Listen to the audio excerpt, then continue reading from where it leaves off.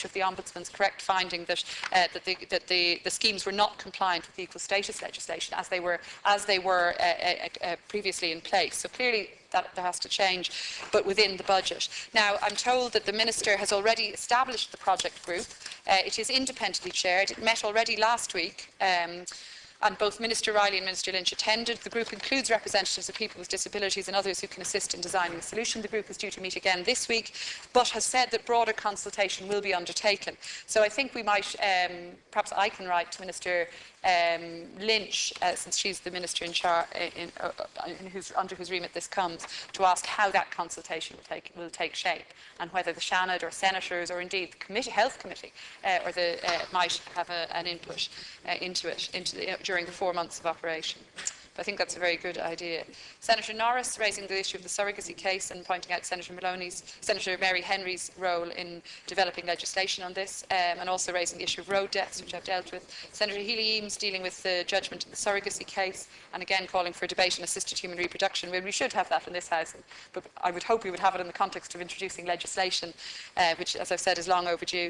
Senator Moran on the disability allowance, on the mobility allowance again, and supporting Senator Maloney's call for input into this, and I think we can, as I said, we can deal with that, and also dealing with the issue of the employment of retired teachers. Might be something that the Senator could ask Minister Quinn on Thursday about. I know it's been raised in this House before with Minister Quinn, and indeed I've raised it personally with him also, so I think we could raise it again with him. Senator Mooney on local authority funding and a debate on local authority funding. I can certainly ask the leader for that. I know the Minister for the Environment is in the House this afternoon, as you said, Senator, so you might also raise it with him. Senator Mullins on the programme last night, which I didn't see, about online porn and internet access, and something to be raised, no doubt, with the Minister for Education as to what steps are being taken in schools to alert students to the dangers of this. I know that the Stay Safe programme, for example, they're trying now to build in references to internet access on that really excellent programme that is being rolled out across primary schools, or has been rolled out across primary schools, and has been well established. So I think that might be the appropriate way to do it. Senator Kelly on supporting Senator Maloney's point about the mobility grant, and again pointing out that the experience and expertise of many members of this House could well be used in the consultation process. Senator Noon raising an issue that I read with interest myself about price discrepancies in retail and differences in pricing between high street outlets in Britain and here in Ireland. I'm not sure if Minister Bruton is the appropriate minister to take this up, but it's certainly something which I would commend the Senator for raising herself directly with the private retailers. I think she should also raise it, indeed, with the consumer watchdogs. I think that would be the appropriate place to raise it. 20 times multiplier for generic drugs as compared to the United Kingdom. And that's a whole other issue, the issue of generic drugs. And that leads me nicely into Senator Noon's. Your interference are most unwelcome. And it's your fourth now since the batch started. I think he's trying to be supportive, though. That's good. The Senator Noon also raised the issue of nutrition in hospitals and this issue of poor food being served in hospitals, something which I think could be taken up with the Health Committee. I think many of us heard with concern the reports about malnutrition and this being a real issue, and then linked with lack of reference to good nutrition in the provision of hospital food. So I think that should be raised with the Health Committee. I think that would be a really good place to have that, to call in the appropriate people and to have the matter discussed at length. Senator Bradford then finally calling for a 2-year, after 2 years in government, for each of the ministers to come in here and give us a sort of report card on performance, which I think is a very good idea. Senator Bradford, and I certainly raise it with the leader on that. I know that the leader has been trying, the leader's office have been trying to get ministers in on a fairly regular basis to update us on aspects of their brief, and particularly where people call for that, for example, on suicide prevention, on healthcare reform, or on mortgage arrears. And those are areas where we have had quite regular debates with different ministers in this House. But I suppose what you're calling for is to formalise that a little more and to have the ministers in on a very regular basis. So I think we can certainly try to do that. Very good. Is the order of business agreed? Agreed. First item is motion regarding Diseases of Animal Act to be taken without debate. I call on the acting leader to move the motion. I move the motion. Is the motion agreed? Agreed. The next item is not due to start, I think, until 13:45. Maybe we'd Suspension of the House till 4:45. 3:45. Sorry, 55. Agreed? Agreed.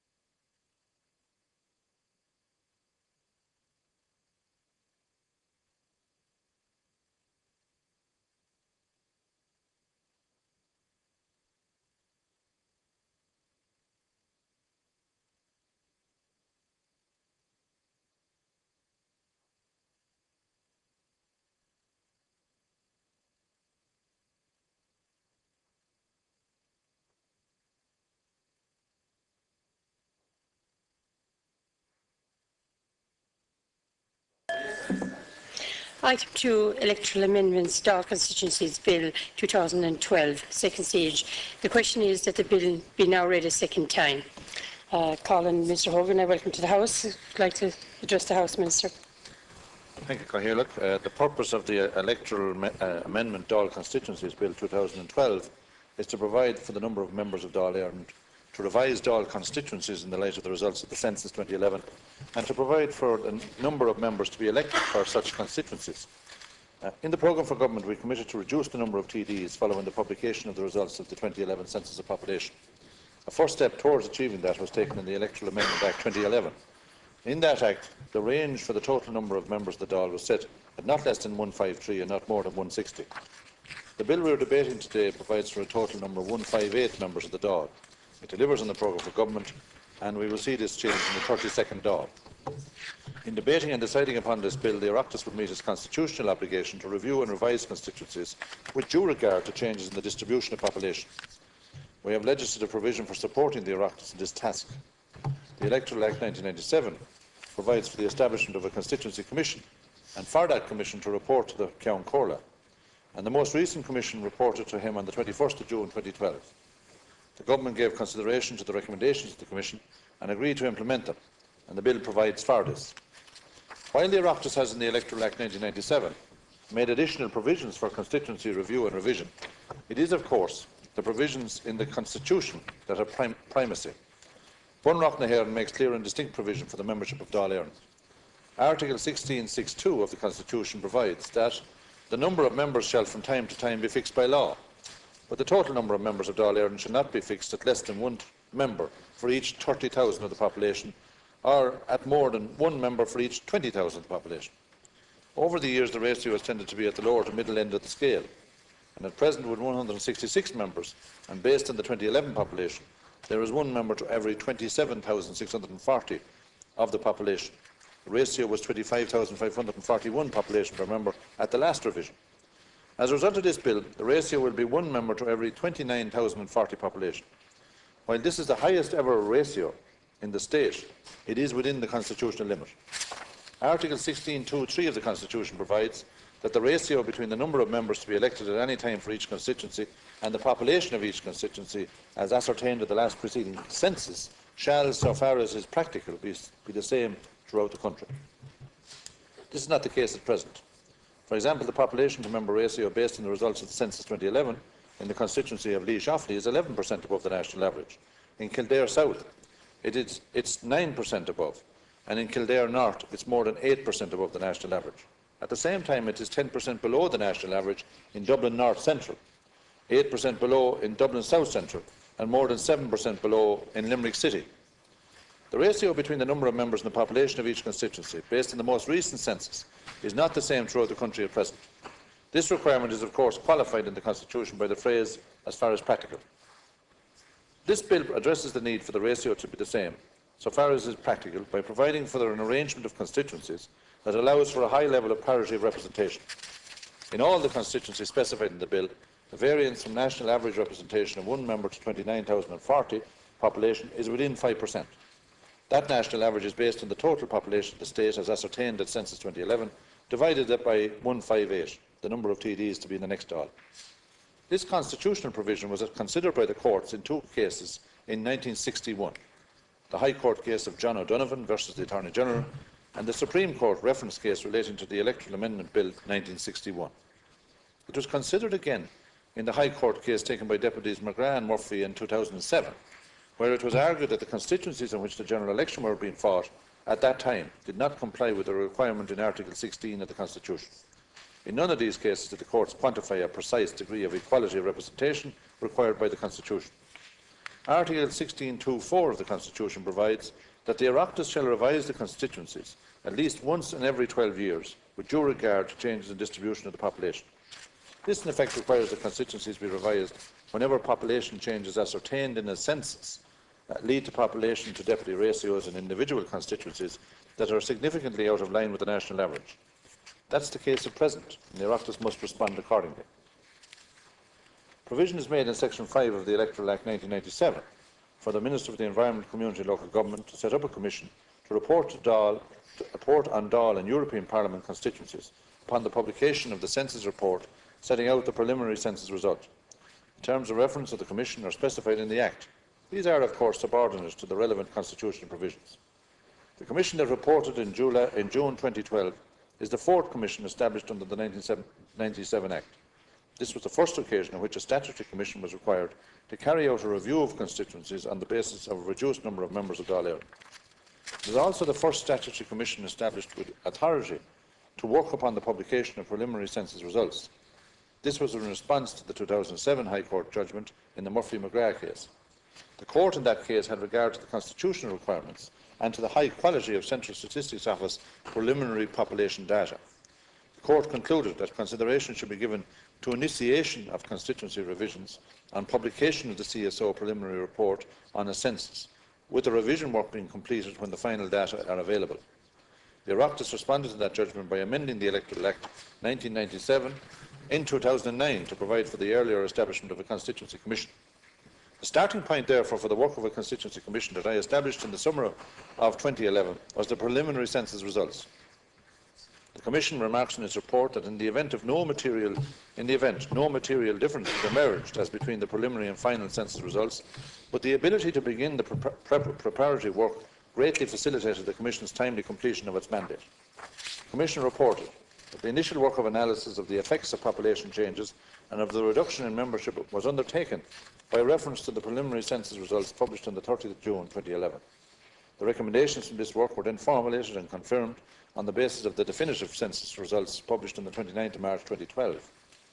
The report on the final results of the 2011 census of population showed the total population of the state is 4.59 million, an increase of 8.2% on the 2006 population.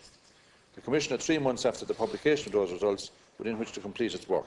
I will now outline the main features of the Commission report in relation to Dáil constituencies. The Commission recommended that the number of members of the Dáil shall be 158.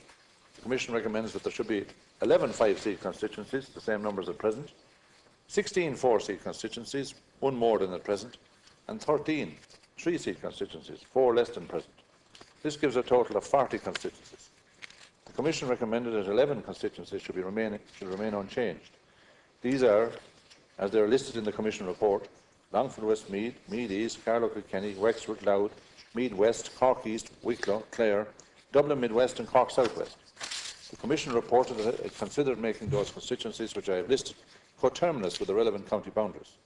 However, to have done so would have either resulted in variances in some of the constituencies concerned, which the Commission considered unacceptable, or required changes in adjoining constituencies.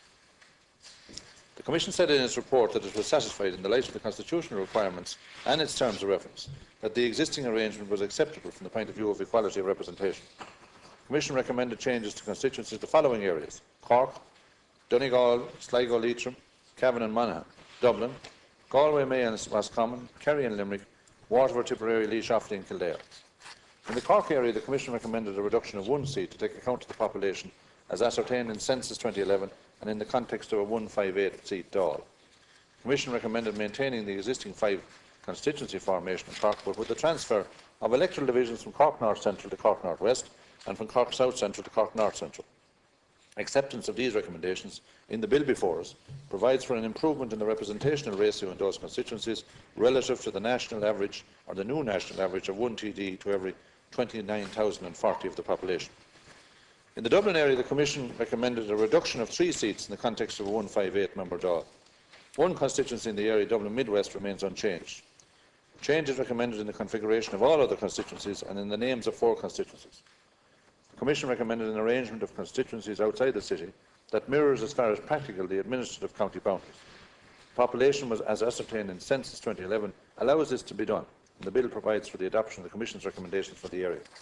In Dublin City, there will be 1 less constituency reflecting both the population as ascertained in Census 2011 and a smaller Dáil. The Commission made recommendations for constituencies in the counties of Donegal, Sligo, Leitrim, Cavan and Monaghan, having examined a range of options for the area as a whole. These are outlined in the report. The Commission identified the particular challenges presented in reviewing constituencies in these counties. These include the fact that Donegal is contiguous with only 1 other county, that's Leitrim.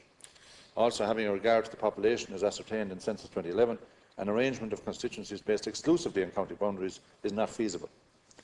In the Galway-Mayo Cross-Common area, the reconfiguration of constituencies recommended precludes direct comparison with the current seat allocation for the area, as it does also in the rest of the Connaught and Ulster. But having regard to the population as ascertained in Census 2011, an arrangement of constituencies based exclusively on county boundaries is not feasible. As the Commission points out, the population of Mayo can no longer form a 5-seat constituency, and Roscommon does not have a sufficient population to stand alone as a constituency. Implementation of the recommendations in the bill means that the Connaught Ulster area will be divided into 7 constituencies instead of 8, as is the case at present. The 7 constituencies will be represented by 28 TDs compared to 31 at the moment. In the Kerry-Limerick area, the Commission recommended a reduction of 1 seat to take account of the population as ascertained in Census 2011 and in the context of a 158-seat Dáil. The Commission recommended that the County of Kerry should form a 5-seat constituency, recommended that there should be 2 Limerick constituencies, a 4-seat Limerick City, based on the existing constituency with the addition of 10 electoral divisions from the county and a 3-seat Limerick County constituency. In the Waterford, Tipperary, Laois, Offaly, Kildare area, the Commission recommended no change to the overall allocation of 22 seats.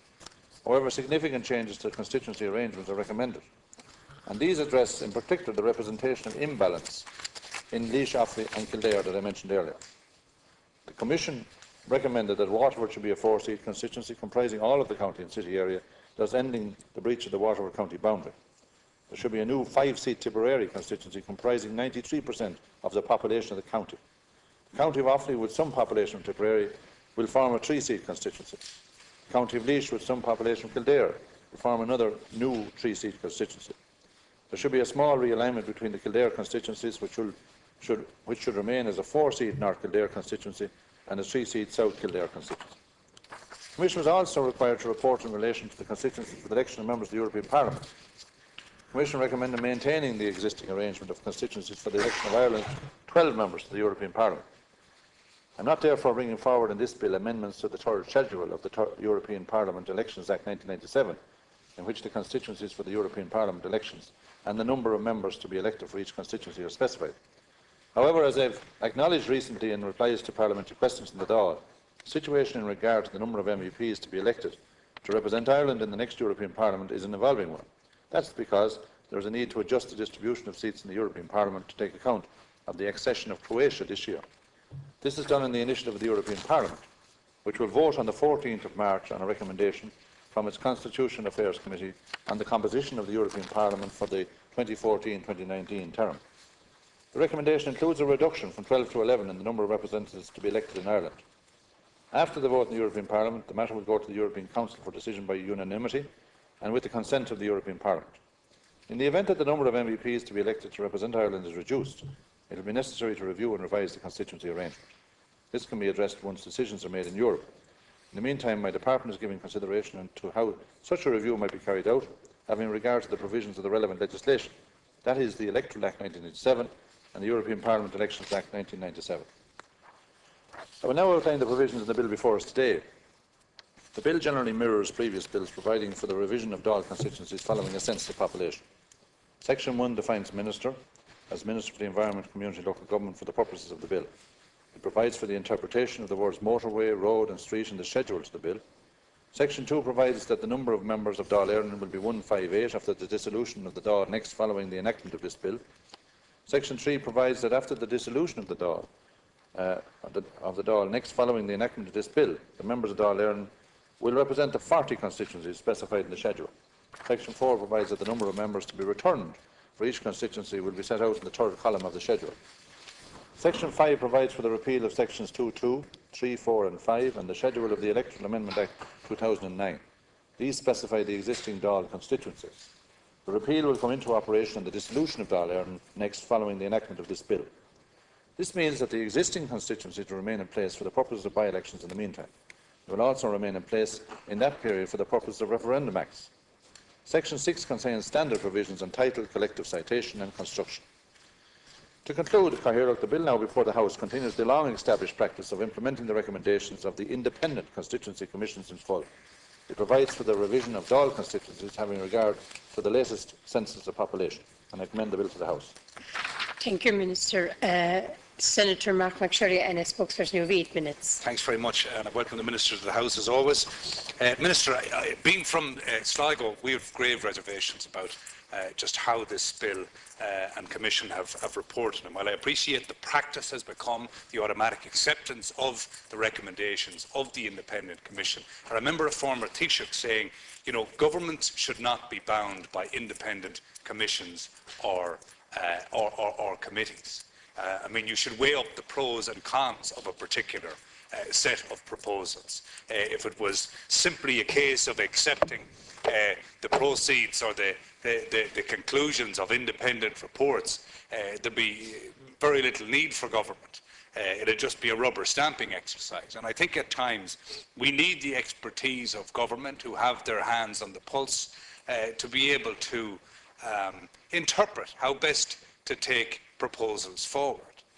And I think that the butchering of Cavan and Donegal, while I wholeheartedly welcome the reunification of Leitrim, which was equally as wrong and presided over by the previous government, I think it is fundamentally wrong to split counties in this way. And while I appreciate that using a particular set of formulae, it's not possible to have counties boundaries absolutely respected. My view is there is a culture in this country, and there are county boundaries in this country, and there are people who, while they might be very close to a particular service in the next county, choose to go to their local county town and so on for administration and for various things. And I think the challenge for these houses, irrespective of the conclusions of any independent commission, is to come up with a formula to do that. Even if from time to time that means that the normal criteria in terms of numbers per TDs and so on needs to be exceeded or underrepresented in certain instances. But I think that counties must be made together. I have to say we will definitely be putting down an amendment at committee stage where the contempt with which the Commission seems to show for the poor people of Cavan and Donegal names that constituency simply Sligo-Leitrim. I mean, what would Councillor Peter McVitie think of that one, for example, when he goes to the polls, a former candidate of your own in West Cavan? What would Councillor Barry O'Neill in Ballyshannon, a former councillor and a sitting councillor and former Dáil candidate of your own, think of that when he goes to the polls to be told you're in Sligo-Leitrim? You go up to John Perry in Ballymote and he'll look after you. That's your local TD, 60 miles away. So, Minister, I think that Someone nearer. You might get someone nearer. You might.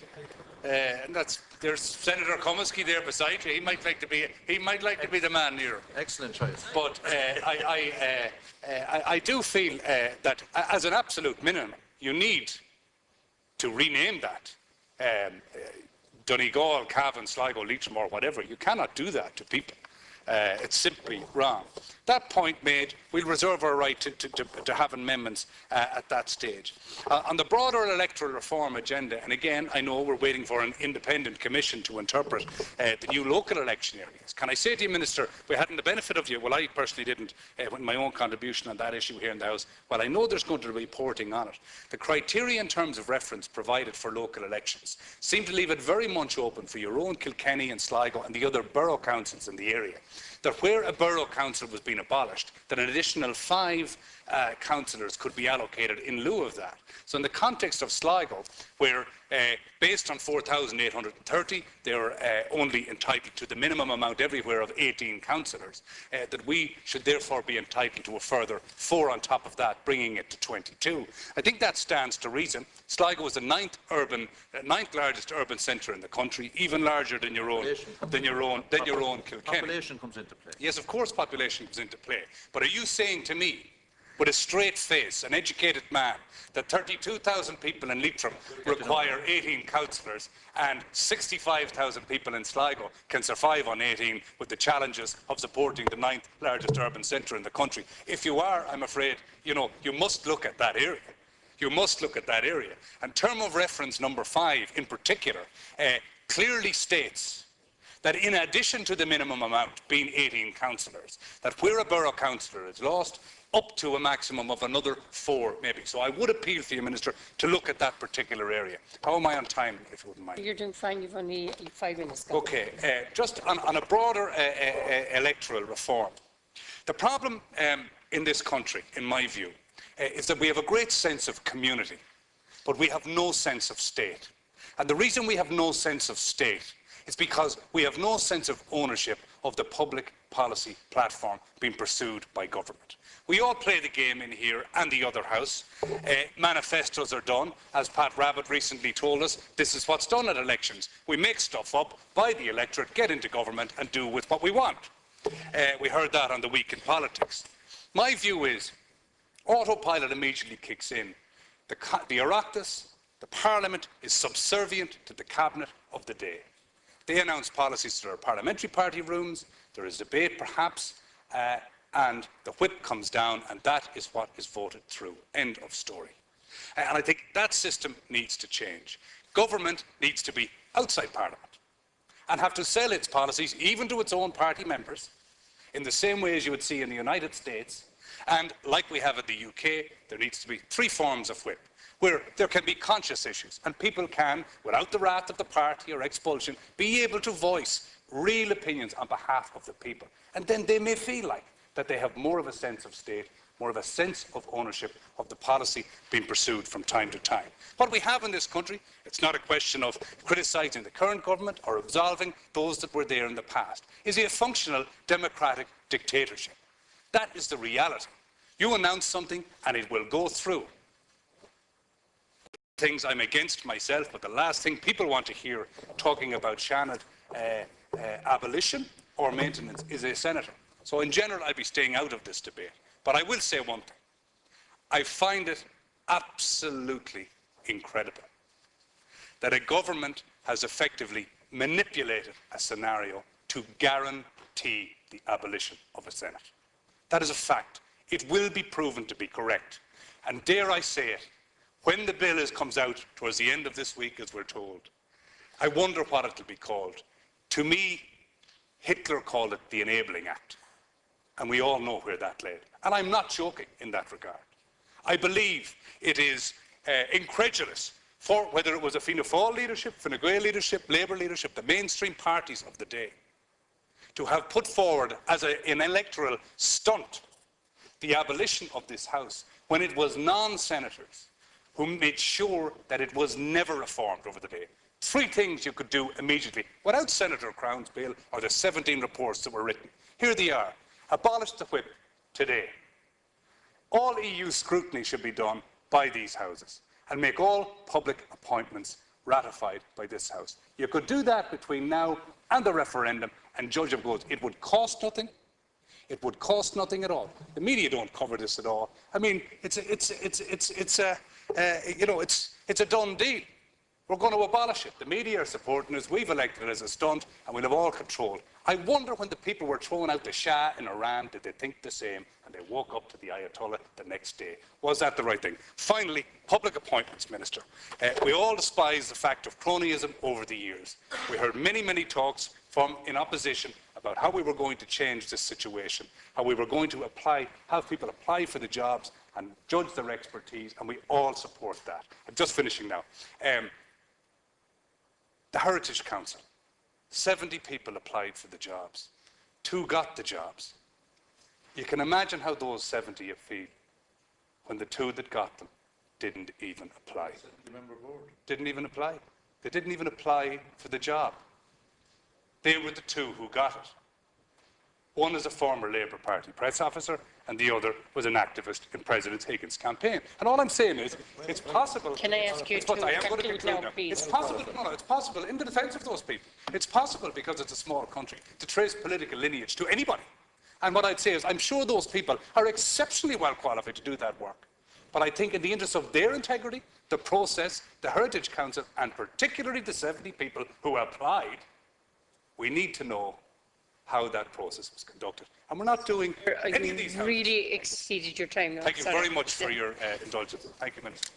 Senator Michael Mullins, and you have 8 minutes, Senator. I wish to also welcome the Minister, indeed, to say I'm pleased to propose this bill on behalf of our spokesperson, Senator Keane. I welcome the legislation, as has been mentioned, was published on foot of the publication of the Constituency Commission report in 2010.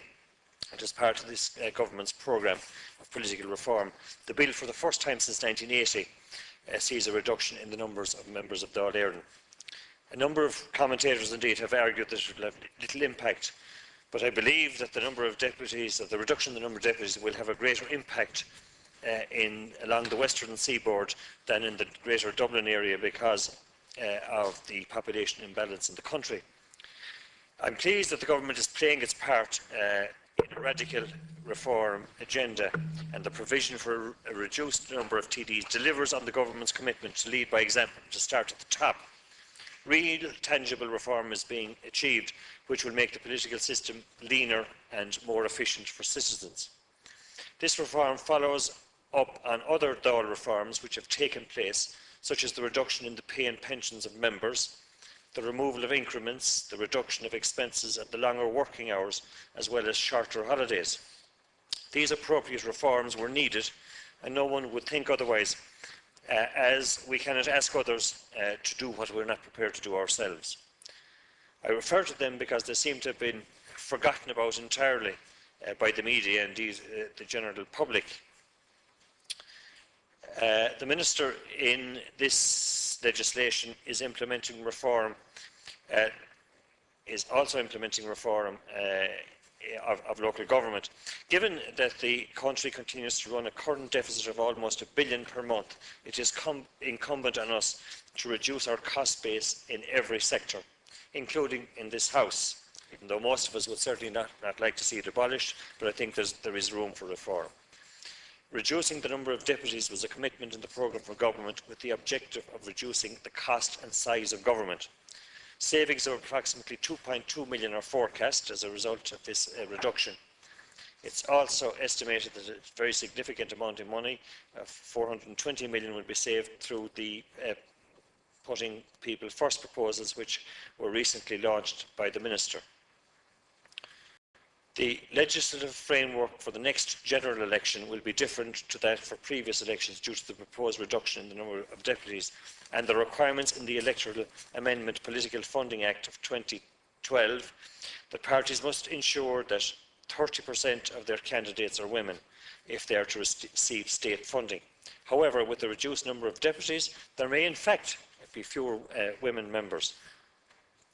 There will be more female candidates in future elections, and this positive discrimination can only be viewed as healthy progress for democracy in terms of increasing the level of female participation in national politics over time, reflecting the fact that we have 50% of the population is female.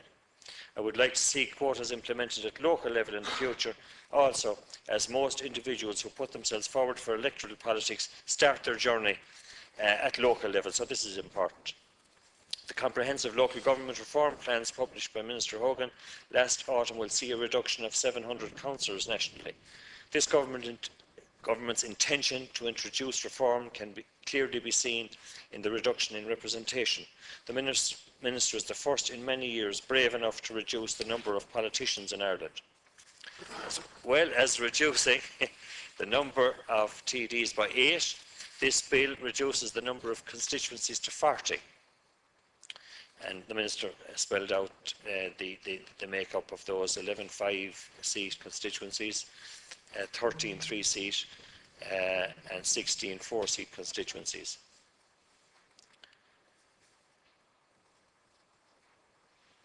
Uh, 11 constituencies will remain unchanged, but major changes are being made to constituencies in Cork, Dublin, Waterford, Kerry, Limerick area, Donegal, Sligo, Leitrim, Cavan, Monaghan area, and Galway, Mayo and Roscommon area, which is obviously causing significant difficulties and unease in my own hometown of Ballinasloe, which now finds itself in Roscommon, Galway, at the next election.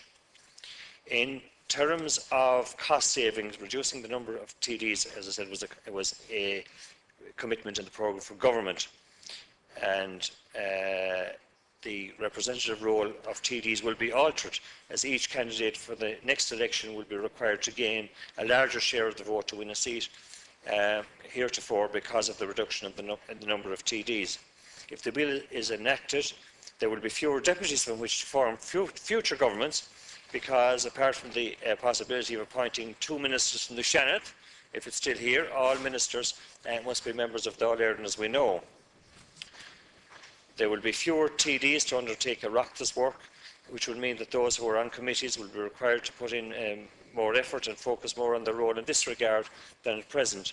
And we know that many deputies spend a lot of their time ensuring that they work for their constituencies and possibly are not making as much of an impact at national level as they would like. An electoral system is needed that has a better chance of producing deputies that can put the broad public national interest before the local interest.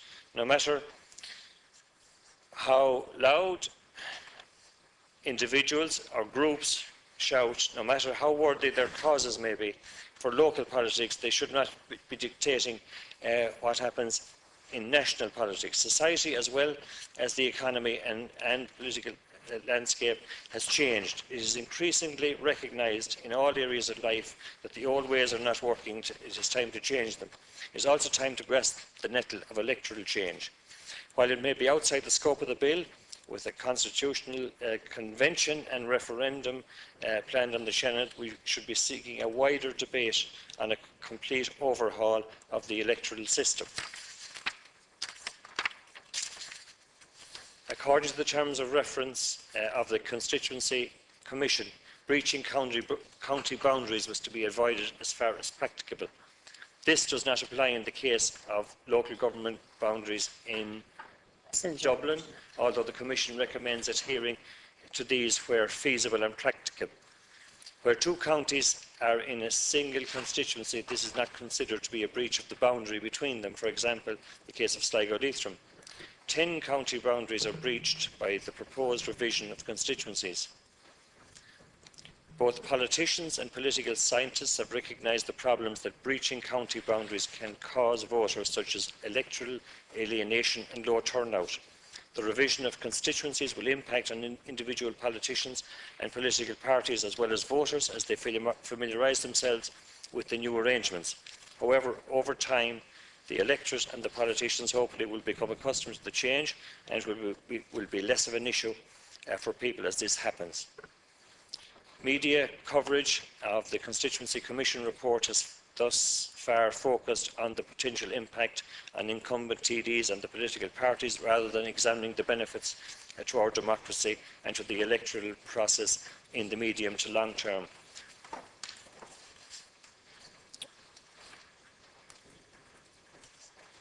The reduction in the total number of seats in the Dáil means there are less opportunities for women to win seats.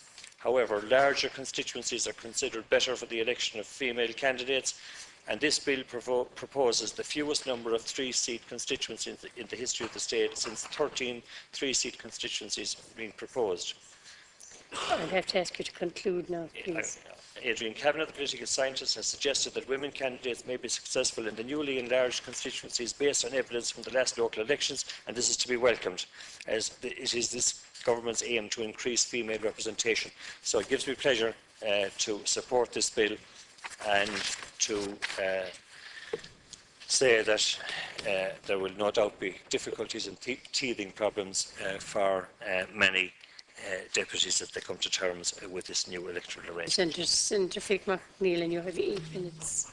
Margaret Chahirig, and I know the Minister's leaving, but I'm sure his title of reducing the number of politicians, I presume Senator Mullins has been reducing the number of elected politicians. I know the Minister has a lot of power and influence, but sounds like a Ballymagash headline calling it the reducing number of politicians. Anyway, welcome, Minister, to the Seanad.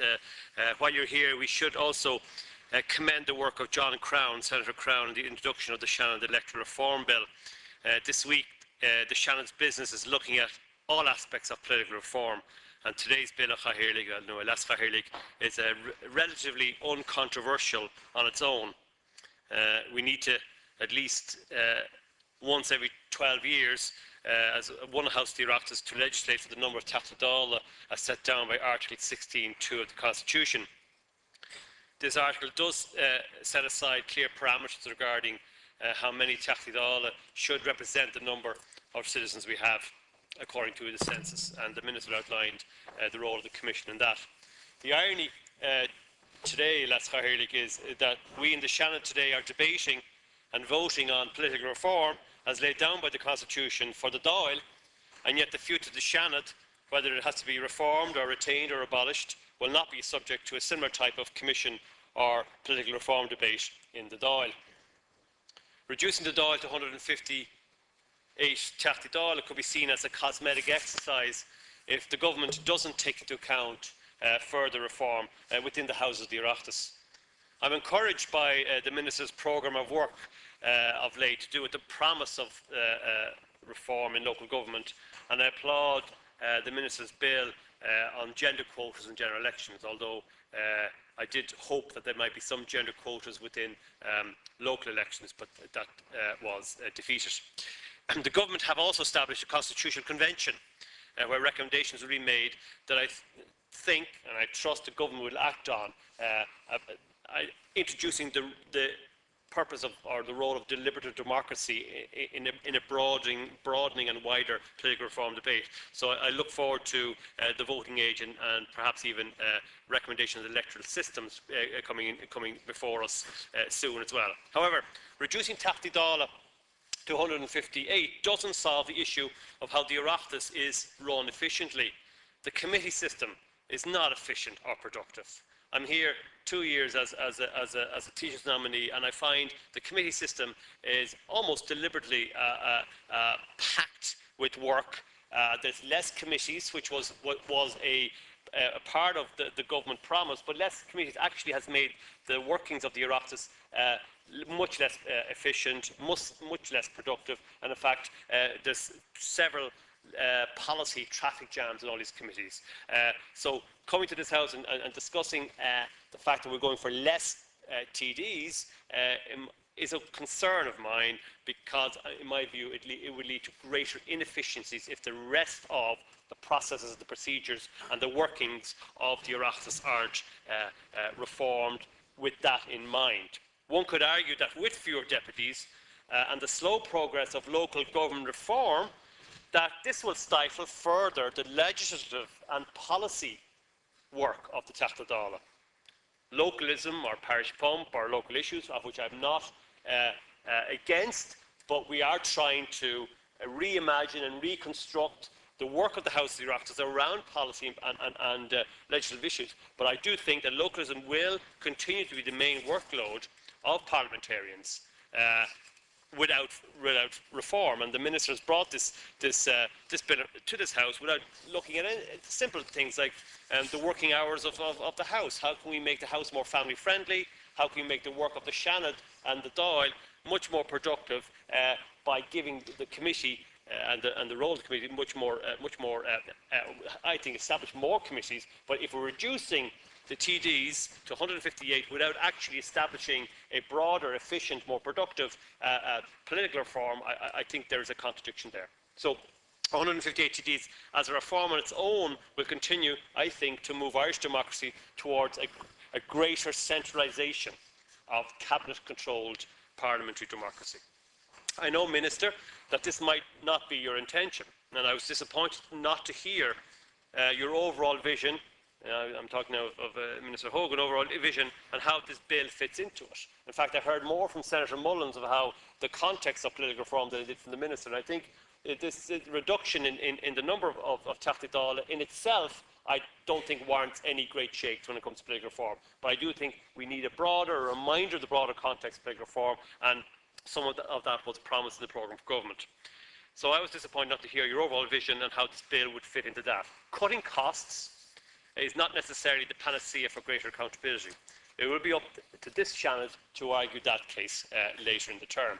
On this occasion, I will support the bill on the ground and the hope that further reform of the Oireachtas will create a more healthier parliamentary democracy. That this might also include Seanad reform of the two houses of the Oireachtas. Thank you, Senator. Senator Dennis Landy, and you have 8 minutes. Thank you, Cahirirlik, and I'd like to welcome Minister O'Sullivan to the House, to say that I agree with practically everything the previous speaker said, and as somebody who was in here as an independent senator, I think it's a good overview of what and where we are in politics in this country at this present time. I don't take a whole lot of notice of what was said by the spokesperson on behalf of Fianna Fáil, telling us how we should separate the Cabinet from the rest of us, and that the Cabinet should seek support through their own party system before they make decisions, and how we should really look at filling of positions on state boards. From Fianna Fáil, the party that has filled thousands of state boards positions over the last 50 or 60 years, to be suddenly, after waking up, and decide that we should do it through some new format never ceases to amaze me, how they can come in and with straight faces seek to give advice to the current government. It's mind-boggling. In relation to localism in politics, which has been referred to by the previous contributor, you see, I take a different view. Politics to me is all about local issues and about local community. That's what politics should be about. Of course, we have to develop policies, and we have to develop a way forward for government and for our economy. But we must never forget where politics comes from, and that comes from local communities. And I'm very much one who has been practicing politics now for 25 years at a local level and now at a Oireachtas level, who believes that if you don't listen to people on the ground, well, then you lose sight of where you should be going and where you need to go. With regard to this piece of legislation, everybody makes a play for their own area. And in my own county will now become, instead of two constituencies, will become one. The distance of my constituency in mileage will be longer than the distance from my own home to Dublin. It will be over about 110 miles in distance. The new constituency will cover 93% of the county. And I have to say that that is what has come out of the Commission. We have had an increase in population by 8.2%. One of the constituencies to be proposed to be made into, two constituencies to be made into one is Tipperary. The government has decided, in their wisdom or otherwise, to reduce the number of seats in Éireann as part of the programme for government. We are seeing that being acted out now. We also have to address the disparity in population densities. For example, Laois and Kildare are overpopulated versus the number of seats they have, whilst your own county, Minister Limerick, and indeed parts of Dublin are underpopulated for the number of seats. So there has to be equalisation in that whole area. There are swings and roundabouts.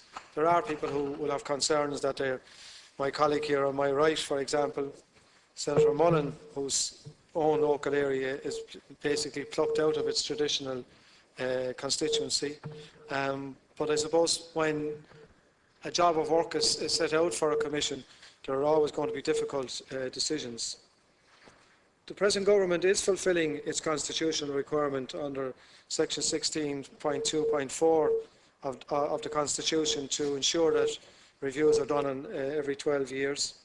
This is being done partly as a cost-saving measure by government, and the cost savings, I have to say, no more than we'll be debating as regards to Seanad later in the week, are quite minimal.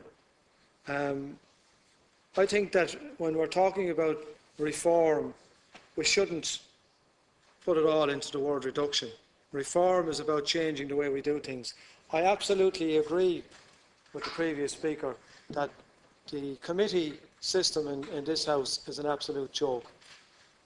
Every time you go to committee, you never get through an agenda. It's log-jammed. You sit there for hours to make a contribution on an item that you have an interest in. You're beaten by the clock. You spend the full afternoon at committees. You end up getting no place, only frustrated, and you don't get any opportunity to contribute in the areas that you have an interest in or that are important to you. So I agree with you totally in relation to that. Electoral reform is